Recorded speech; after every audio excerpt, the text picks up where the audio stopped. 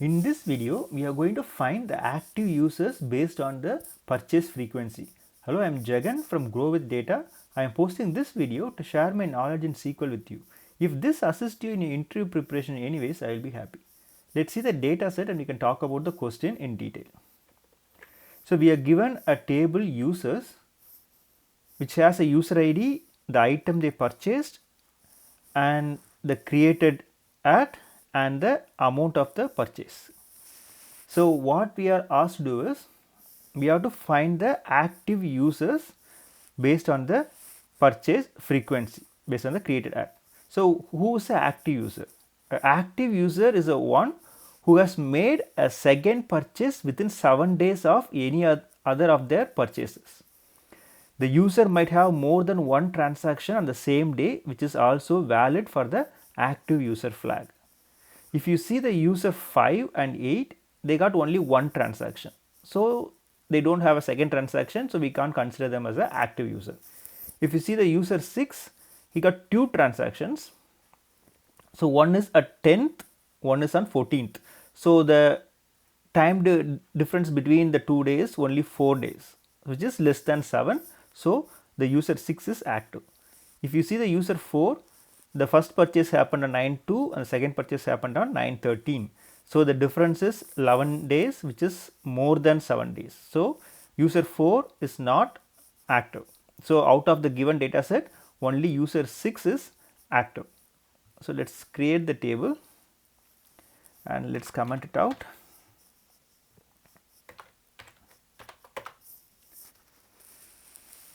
So how we are going to write a SQL to get the active users? Let's start with the simple correlated subquery here. Okay, I am explaining the difference between a subquery and a correlated subquery when you go through the SQL part. Okay, let's start with our favorite select from users. Say U1. We need the distinct user ID from the table. If you say where u1 dot user ID in select user ID from users. Okay, so if you see this is nothing to do with the question, but just want to explain what is a subquery. Okay, so if you see the subquery where select user ID from users, this is not controlled by the first main table, main user table. This subquery will execute by itself and that user ID will be used by the main table, right? So this is a subquery. So what is a correlated subquery? Now if you see where exist select user ID, or you can just say one from users, which is a u2 where u2 dot user ID equal to u1 dot user ID, and so what is the condition? The date created at should not be equal to the u2 dot created at. Let's see why we say not equal, because the second condition says the user might have more than one transaction on the same day, but we are giving here as not equal to. I will explain you why. Okay, and the date difference between u2 dot user ID, u2 dot created at and u1 dot created at should be less than or equal to 7. So main thing, if you see the main table, the u1, and if you see the subquery table u2, the condition has both u1 and u2. So whatever the records executed in the subquery is dependent on the main query, right? So this is called correlated subquery. So every record in u1 will trigger the subquery and will check for that user and for that created at date. So what is the existence of data? Is that data exist for that user, for that created at, and the date difference less than equal to 7. If it exists, then the main table will return a record. Okay, let's see if you can run this. 6 and 4. So 4, the date difference is more than 7, but still it comes up, because if you see this not equal to condition, you can see which record comes first, whether the record at 9.2 comes first or 9.13 comes first, right? But since it's a database, it can be of any order, right? So it can take this as a first record and this is a second one, 9.13 as the first one or 9.2 as the second one. Both can happen, right? So when you say not equal to, that means it compares this and the date difference is going to be negative number, right? So the date difference is always the greater date first and the smaller date next, right? So if you do a date difference between dates, you make sure it's a positive number. Mod, right? So apps, not mod, absolute value, right? So you get the date difference and make sure it's a positive number. If you don't want to create a date difference, then you can just make sure the first date is the start date and the second date is the end date. So that's why the created at should be less than the subquery is created date. So the main table will always have the 9.2 and the subquery is always have the 9.13, right? In this case, you don't need to bring in the absolute value, because the date difference is going to be the greater date and the smaller date difference, right? It works. And why we just say it's not equal to or it's less than? Because the condition says it can happen every day, right? So if you don't consider this date, what happens? Every record will match the same record, right? So the user 5 has only one record, no issue, but user 6 will combine with the same record in the subquery and it will say yes, this matches. When you run this, all the records will show up as eligible, right? Because the same record, even the 5 will match up with the same 5, because there is no condition which says which one is the real record, which one is the duplicate one, right? So that's why we have to bring in this not equal to or less than symbol and you address it. So in this scenario, we have 6, but if there is a record which has the transaction happened on the same day, for example, you bring in this record, user 9 who got 2 transactions the same day, but the amount is different, right? So if you run this, even now you don't get the user 9 because they have more than one transaction, because the date condition says the date should not be equal, but it's on the same day. So how will you bring that?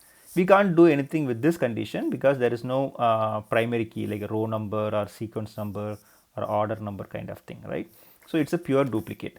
So what we'll do, we simply say select user ID from users group by user ID created at having count star greater than 1. So what are we doing? Along with this user who got more than one transaction and the date is less than equal to 7, you get the users who did more than one transaction on the same day. So when you run this, you get 6 and 9. So why I put union, why not union all? So what will happen if I put union all? So in this scenario, there is no duplicates, but what will union all do is it will execute the top query, get the data set, it will execute the bottom query, get the data set, combines both of it and then send that to you. But what will union do? It will get the same way. It will get the data set in the top SQL, it will get the data set from the bottom SQL, and then it will filter out the unique records. Sorry, we have distinct here, that is why we haven't got the one. So, if we say union all, right, if you remove the one, okay, the duplicate is not here anyways. So, we know how to consider union union and the distinct, because the union itself will bring the distinct of user ID. Okay, it will remove the duplicates, but union all won't check for the duplicates. It combine both the data set, just give that to you. Okay. So, two things we learned from this. The first one is, if you have the date not equal to the subquery, that means we will filter out the transactions purchase happen on the same day. So, we have to make sure that the date difference has the larger date as a starting one and the smaller one as the second value. If not, you make sure you use the absolute value to make it positive, right. The second one is, if you want to bring in two data set and distinct value, make sure you bring the union, do not do the union all, because it will bring the duplicates. Okay. So, this is one set of approach. So, how will we do the same thing with Windows function? Okay. Let us see how to do a Windows function. In our previous video, we talked about a few Windows function like row number, rank, dense rank, lead, lag.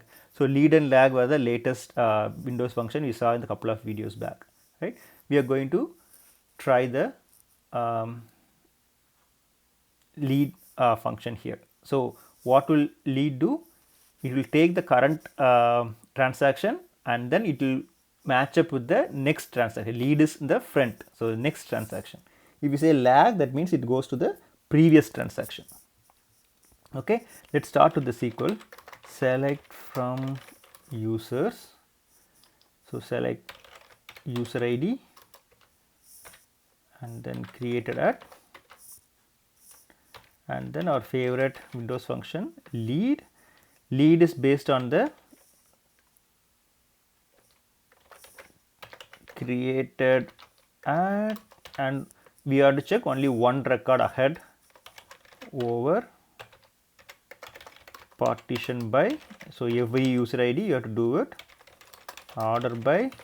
User ID is not required here, but just for the coding standard we just use it, so we can understand what are the columns used.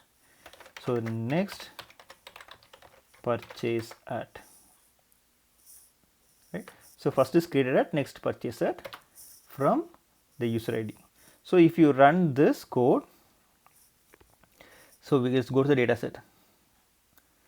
So, if you see the user 4, the first transaction happens on 9/2, the next transaction happens on 9/13. So, it got 9/2 and then the next transaction is 9/13. So, 9/13 do not have another transaction, right. So, there is nothing on 9/14 or 9/15. So, the next purchase transaction is null. For 5 is only one transaction, there is no second transaction, so it is null. For 6, the first transaction happened on 9/10, the second transaction happened on 9/14. So, it becomes 9/10, the second value is 9/14. So, it just brings you the next transaction. Since we gave as 1, it gives a next transaction. If you gave 2, it will look for a second transaction. Since we do not have 3 transactions, the next purchase is going to be null, because you will take create at and then it will go to the second forward transaction. Like if it happens today, then if we say lead and 1, it will take to tomorrow. If we say lead 2, it day after tomorrow, right. It defines how many records you have to go forward. Okay. Now, if you have this data set, you have created at and the next purchase set. It is very easy to get the date difference, right. with next purchase link as, so this will have the next day's purchase. Select user ID from next purchase link, next purchase link, where the date difference of the greater day, right? First one is the next purchase date, and then created at should be less than or equal to 7, right? So there might be more than one record when you run it. Okay, this time there's no duplicates, but for a good practice, DST distinct, and you can just say order by 1. Okay. It will get 6 and 9. So in this scenario, when you use the Windows function, you don't have to worry about the records which got transaction on the same day, because it will order the record based on what columns we gave, user ID and the date. If there is more than one record, you just randomly take one record as the first one, a second record as the second one, right? Just like you just say 1 and 2, it will just order internally as 1 and 2, and it will just keep that. Okay, so that's the advantage of using a Windows function. So previously we first find out where the create date is not equal to the self join create date, and then we have another set where the user did a transaction on the same day. But in the Windows function, we just put only one condition which says you order all the records based on user ID and date and give a rank, and then get the next transaction based on the created date. So this makes your life simple, and we can use the date difference and get the condition for it. Hope you like this video, and thanks for watching.